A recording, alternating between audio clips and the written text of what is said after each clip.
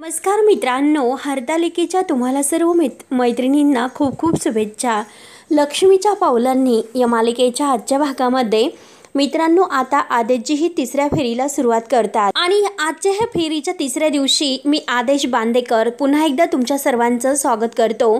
तेव्हा आता सर्वजण तेथील टाळ्या वाजवतात आणि चला तर आज वळूयात या उत्साहात आता पुढच्या फेरीकडे। आणि पुढची फेरी ही खूप अगदी गमतीशीर आहे, म्हणजे अगदी गमतीशीर हा खेळ आहे म्हणजे बघणाऱ्यांकडे आता, कारण हे बघा आता हे जे काही घरच्या माऊली असतात तर आता मात्र हे सर्व काही घर सांभाळताना मात्र त्यांची तारेवरची ही कसरत असते, पण आज मात्र कुठलाही तणाव नाही। घरामध्ये पीठ आहे का, तांदूळ संपलेस का, आणि हे सगळे विचार बाजूला ठेवा आणि मस्त आनंदाने हा क्षण मात्र अगदी जल्लोषात साजरा करा। यामध्ये ही कसरत आणि हा खेळ आताचं आव्हान सुद्धा तसंच कठीण आहे, तर म्हणजे हे क्या म्हणजे तांदूळ घ्यायचं आणि कसरत तर आलीच, आणि हे तांदूळ पडून न देता तुम्हाला 2 असे फेर धरायचे आहेत। आणि हे बघा हा तर खूप असा पारंपरिक खेळ आहे अगदी ह्या मंगळगौरीच्या खेळातील, आणि हा खेळ खेळताना मात्र तांदूळ मात्र जमिनीवर पडणार नाही याची सर्वांनी दक्षता घ्यायची। तेव्हा मात्र आता हे लक्षात आले का असं जेव्हा आदेशजी विचारतात तेव्हा आता नैना खुशून म्हणते, याच खेळाची तर अगदी पहिल्या दिवसापासून मी अगदी आतुरतेने वाट बघत होते। तेव्हा आता नैना तर लगेच खुशून आता जे काही तिने फेविकॉलची बॉटल आणलेली असते तर ती लगेच त्या सुपाला ते लावते आणि त्यावर आता अगदी सर्वांच्या नजरात चुकवत मात्र ती आता आपल्या टेबल खालून आपल्या टेबल जवळ येते, जेथे त्यांची अगदी जागा आहे तेथे, आणि तेव्हा तेथील त्या दोघींची सूप घेते आणि त्या सुपाला ते तांदूळ चिटकून देते। अगदी परफेक्ट झाले ते तांदूळ आता पडत नाही हे नैनाच्या लक्षात आल्यानंतर तिला खूप आनंद होतो। रोहिणी आणि तिच्या सुपाला मात्र तिने ऑलरेडी हे तांदूळ चिटकून ठेवलेले असतात। परत ती सूप आहे तसं पालते घालून ठेवते आणि आता सगळ्यांच्या नजरात चुकवत ती परत आता आपल्या जागेवर रोहिणी जवळ येते आणि रोहिणीला म्हणते की हे बघा आता आपल्या बाजूची ही 2 सूप आहे तर ती सूप आपल्याला उचलायची आहे, लक्षात ठेवा। रोहिणी तिला विचारते की का, तर नैना म्हणते की कारण त्या 2 सुपांना मी अगदी तांदूळ हे चिटकून ठेवलेले आहे। तर आता रोहिणी तिला हळूच म्हणते की अगं हे तर डोकं तुझं बरं चाललंस, म्हणून आता लगेच आदेशजी हे ओरडतात की चला तर सूप घ्या प्रत्येकीने। म्हणून आता नैना आणि रोहिणी तर अगदी पटकन धावतात आणि जे तांदूळ ज्या सुपाला चिटकवलेले आहेत तर ते सूप गायीने उचलतात आणि अगदी खुश होतात। आता लगेच प्रत्येकीने आपल्या हातात सूप घेतलेलं असतं तर आदेशजी म्हणतात की अरे वा, कोल्हापूरच्या ह्या मावल्या तर सांगितल्यानंतर लगेच ऐकतात, तर आणि खरं तर काही झाले तरी ऐकणार नाही हा महिला वर्गाचा बाणा असतो असे बाकीचे म्हणतात, मी नाही, म्हणून आदेशजी आता थोडं घाबरतच बोलतात। तेव्हा आता संगीता म्हणते की अहो आदेश पाटील भाऊ, त्याला सुद्धा एक कारण आहे। मला सांगा बरं, अख्ख्या महाराष्ट्रात एकतरी बाई अशी आहे का जी तुमचं ऐकणार नाही ती, आणि त्यातून तर मी तर तुमची फॅनच आहे हो। तेव्हा आता संगीताचं हे बोलणं ऐकून आदेशजी, अद्वैत आणि बाकी सर्वांना खूप हसू येत असते।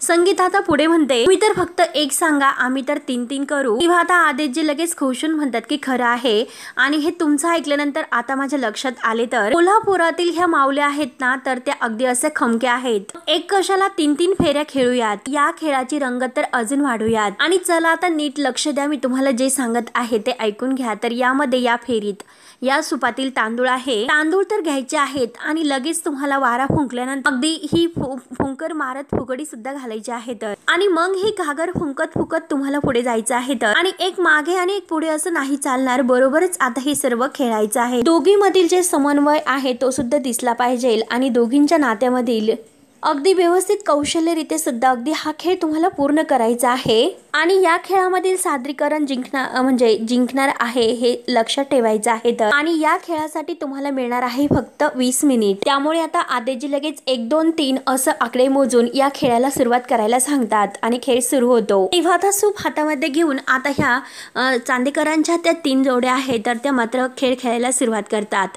सोम टाळ्या वाजत आता म्हणतो की कमॉन आई, कमॉन अनामिका, आणि आता सर्वांना प्रोत्साहित करत असतात। कला आणि सरळ सुद्धा अगदी छान प्रकारे हा खेळ खेळत असतात, आणि रोहिणी आणि नैना या दोघींचं तर काही विचारूच नकाच, कारण ऑलरेडी त्यांनी सुपाला तर तांदूळ चिटकूनच ठेवलेले असतात, त्यामुळे त्यांचं जे काही सुरू असतं ते अगदी दमकेबाज सुरू असते। तेवढ्यात काय होतं तर अनामिकाच्या हातातील सूप रजनीच्या डोक्याला लागते आणि तिच्या हातातील सूप खाली पडते, त्यामुळे आता मात्र ह्या स्पर्धेतून बाद होतात। शेवटी मात्र आता लगेच राहतात तर कला आणि सरोज, रोहिणी आणि नैना. तेव्हा आता कला जे काही सरोज तिने सांगितलं आहे की या खेळामध्ये रिदम महत्त्वाचा असतो.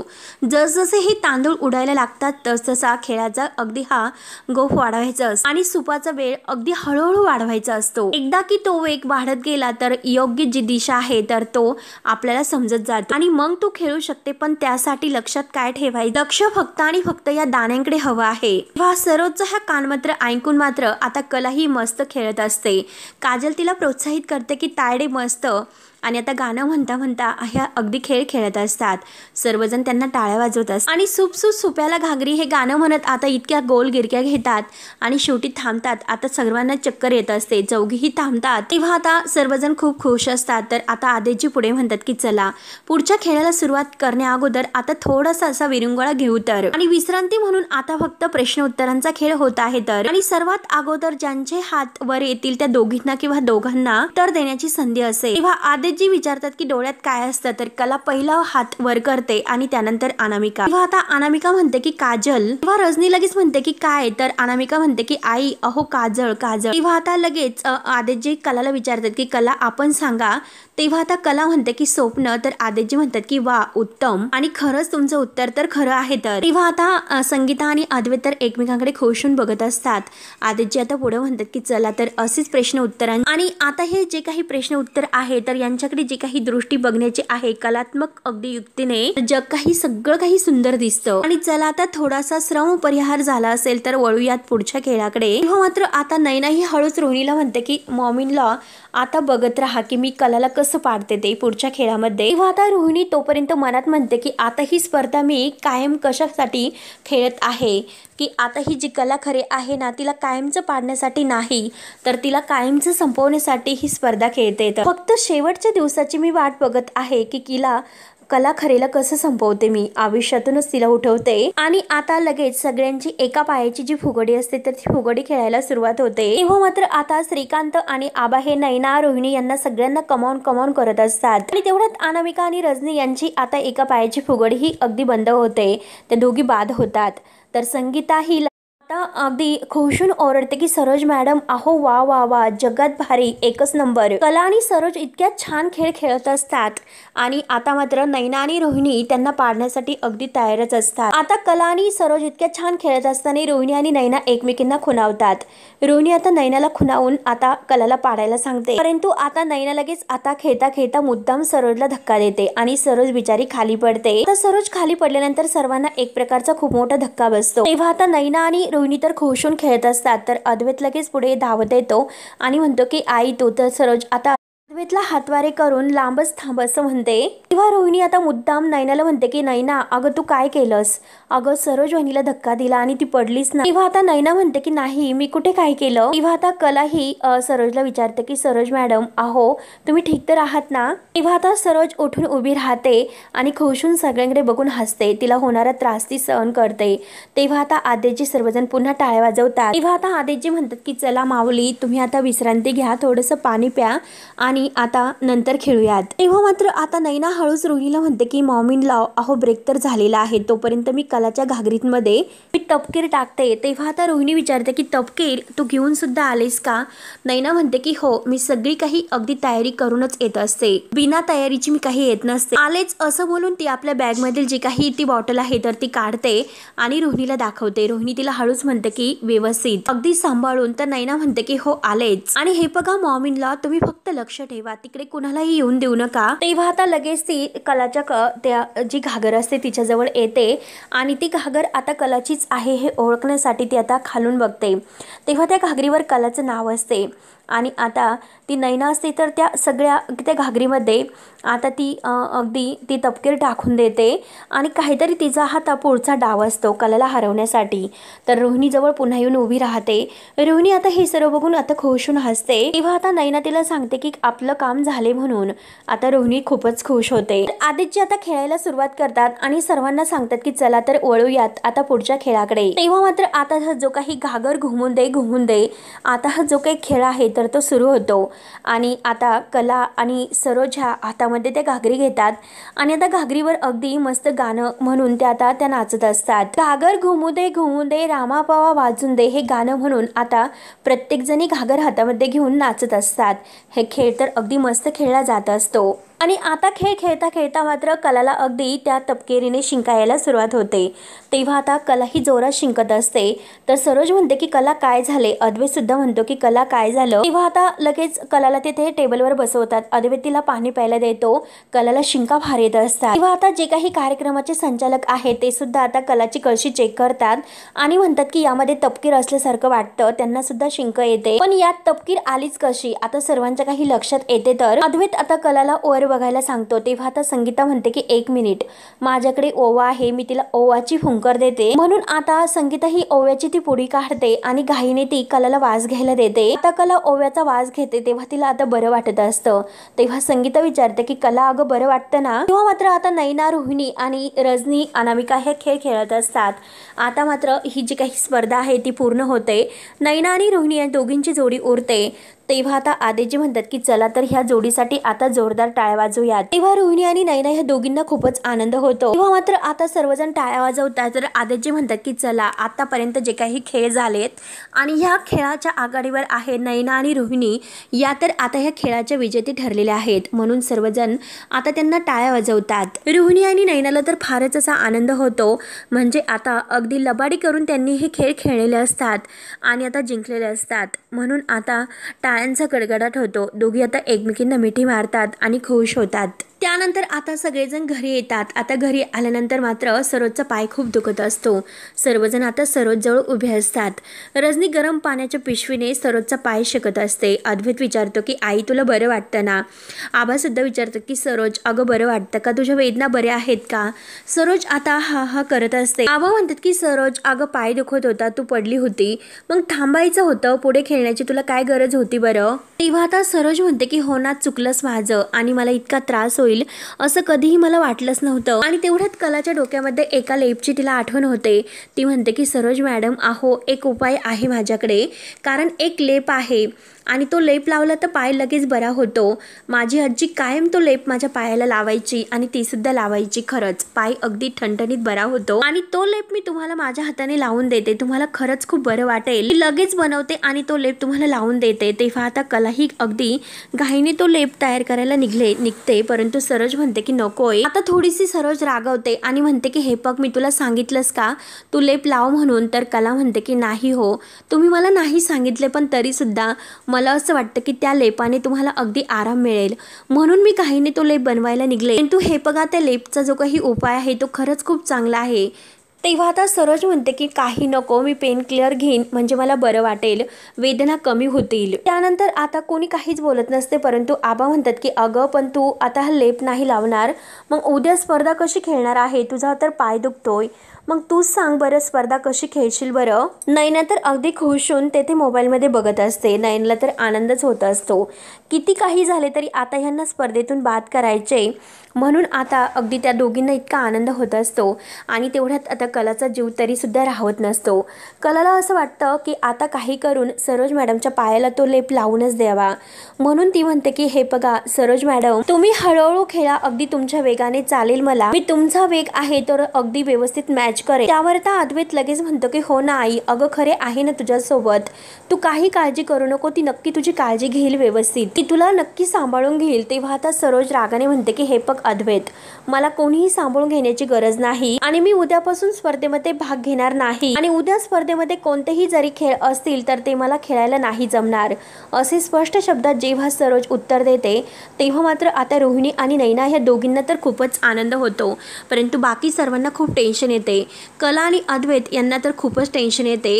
कला आणि अद्वैत लगेच एकमेकांकडे बघायला सुरुवात करतात। तेव्हा आता नैना तर लगेच खुश होऊन रोहिणीच्या कानाजवळ येते आणि म्हणते की मॅडम मॉम इन लॉ अहो आपला तर सुंटी वाचून खोकला गेला। तेव्हा रोहिणी तर अगदी नयनाकडे बघून हसून अगदी खुश होते।